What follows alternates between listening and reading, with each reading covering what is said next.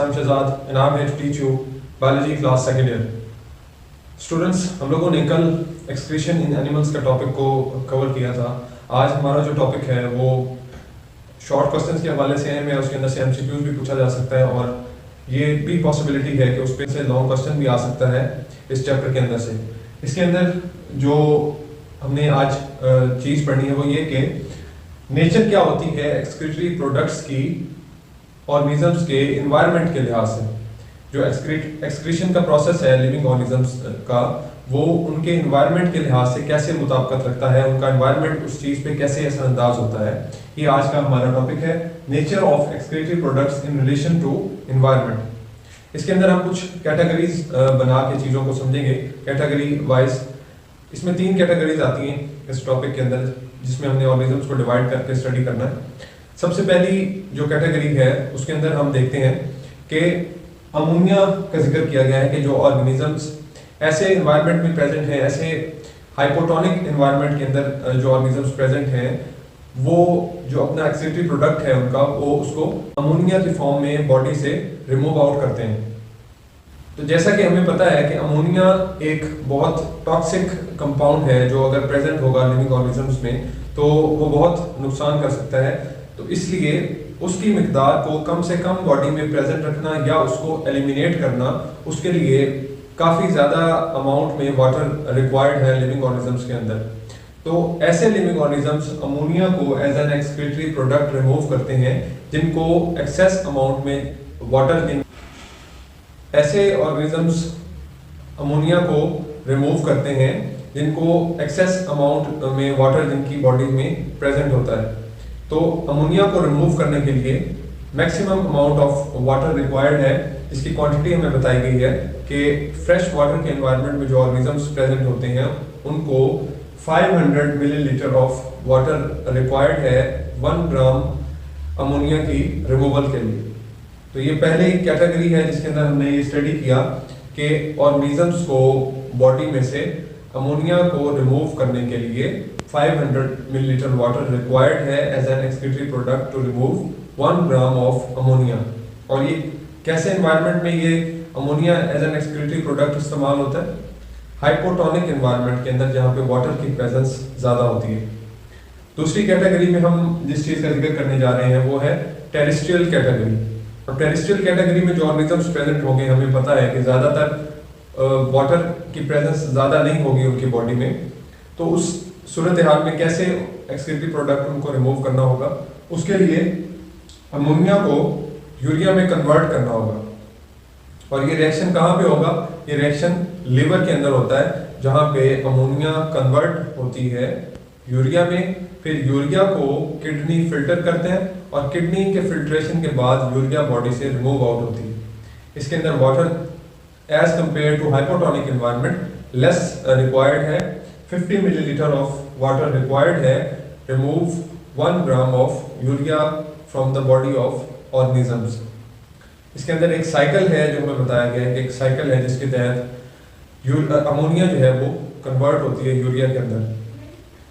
उस साइकिल को रिप्रेजेंट किया गया हमारी बुक के अंदर और यहाँ पे भी आप देख सकते हैं. इसको हम इस साइकिल को ऑर्निथीन साइकिल भी कहते हैं. इसके अंदर होता क्या है कि अमोनिया रिएक्ट करती है कार्बन डाइऑक्साइड के साथ इन द प्रेजेंस ऑफ ये जो मुख्तलिफ एंजाइम्स दिए गए हैं. कौन कौन से? Citrulline, argininosuccinate, arginine. इनकी प्रेजेंस में अमोनिया रिएक्ट करती है कार्बन डाइऑक्साइड के साथ लिवर के अंदर इन एंजाइम्स की प्रेजेंस के अंदर. और यहाँ पे लास्ट पे एक आर्जिनेज एंजाइम है जो अमोनिया और इन सारे एंजाइम्स को मिलाने के बाद लास्ट पे जो हमें प्रोडक्ट देता है, कौन सा प्रोडक्ट देता है? यूरिया का प्रोडक्ट देता है, जिसको फिर बॉडी से रिमूव किया जाता है by 50 millilitre of water to remove 1 gram of urea. ये है हमारा सेकंड कैटेगरी का रिएक्शन जिसमें टेरेस्ट्रियल ऑर्गेनिजम्स के अंदर से हम एक्सक्रीटरी प्रोडक्ट को देखते हैं कि वो यूरिया है जो अमोनिया यूरिया में कन्वर्ट होता है लिविंग ऑर्गेनिजम्स के अंदर. थर्ड नंबर पे जो चीज़ है वो हम देखते हैं कि ऐसे ऑर्गेनिजम्स जो एरिड एनवायरनमेंट में रहते हैं जहाँ पे बिल्कुल वाटर की प्रेजेंस ना होने के बराबर होती है, बहुत स्मॉल क्वांटिटी में लिविंग ऑर्गेनिजम्स वाटर को हासिल करते हैं, लेकिन वो भी अपनी कुछ स्पेसिफिक खुराक के जरिए उनके अंदर वाटर अब्जॉर्ब होता है। ऐसे इन्वायरमेंट में कुछ बर्ड्स आते हैं, कुछ रेप्टाइल्स आते हैं, तो उसके अंदर कैसे वो उनका क्या एक्सक्रीटरी प्रोडक्ट है, उनके बॉडी में से एक्सक्रीटरी प्रोडक्ट जो रिमूव होता है वो यूरिक एसिड की फॉर्म में वो रिमूव करते हैं उसको, और उसके लिए उनको जो वाटर की रिक्वायरमेंट है वो बहुत कम है। 1 मिलीलीटर वाटर उनको चाहिए 1 gram removal of excretory product which is known as uric acid. Uric acid को वो रिमूव करने के लिए उनको 1 मिलीलीटर वाटर चाहिए 1 gram removal of uric acid के लिए। एरिड एनवायरनमेंट में ऐसे बर्ड्स और कुछ रेप्टाइल्स मौजूद होते हैं।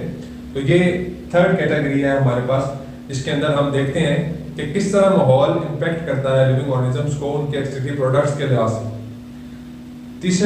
तीन चीज़ें हमारी मुकम्मल हुई, और अब हम इनके नाम देखते हैं कि किस तरह तरतीब से इनको नाम दिया गया है इनकी एक्सक्रीशन के लिहाज से, एक्सक्रीटरी प्रोडक्ट्स के लिहाज से। इसको हम कहते हैं जो ऑर्गेनिजम्स अमोनिया रिलीज करते हैं हाइपोटोनिक एनवायरनमेंट के अंदर अपनी बॉडी से, उनको हम कहते हैं एम्यूनोटैलिक। क्या कहते हैं? एम्यूनोटैलिक।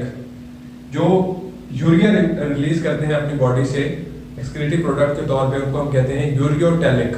और जो ऑर्गेनिजम्स यूरिक एसिड रिमूव करते हैं अपनी बॉडी से, उनको हम कहते हैं यूरिकोटैलिक। यूरिकोटैलिक। अब लास्ट में हमें एक चीज बताई गई है कि यूरियोटैलिक और यूरिकोटैलिक जो है ये एवोल्यूशनरी अडॉप्टेशंस के साथ ऑर्गेनिजम्स, जैसे जैसे ऑर्गेनिजम्स की एवोल्यूशन हुई तो ऑर्गेनिजम्स अडॉप्ट करते हैं एनवायरनमेंट को। एनवायरनमेंट को अडॉप्ट करने के बाद उनकी बॉडीज में मुख्तलिफ चेंजेस आती हैं। तो ये यूरियोटैलिक और यूरिकोटैलिक वक्त के साथ साथ ऑर्गेनिज्म ने जो नए नए पैटर्न्स थे एक्सक्रीशन के, रिप्रोडक्शन के, इस तरह वक्त के साथ साथ ये चेंजेस आती गई, और यूरियोटैलिक से यूरिकोटैलिक ऑर्गेनिज्म जो हैं उन्होंने इस पैटर्न को अडॉप्ट किया कि मिनिमम अमाउंट ऑफ वाटर से उन्होंने अपने एक्सक्रीटरी प्रोडक्ट, जिसको यूरिक एसिड का नाम दिया गया, उसको बॉडी से रिमूव किया। तो ये वक्त के साथ साथ अडॉप्टेशंस लिविंग ऑर्गेनिजम्स ने अडॉप्ट की। इसके अंदर 2 कैटेगरीज हैं, वो कौन कौन सी? यूरियोटैलिक और यूरिकोटैलिक।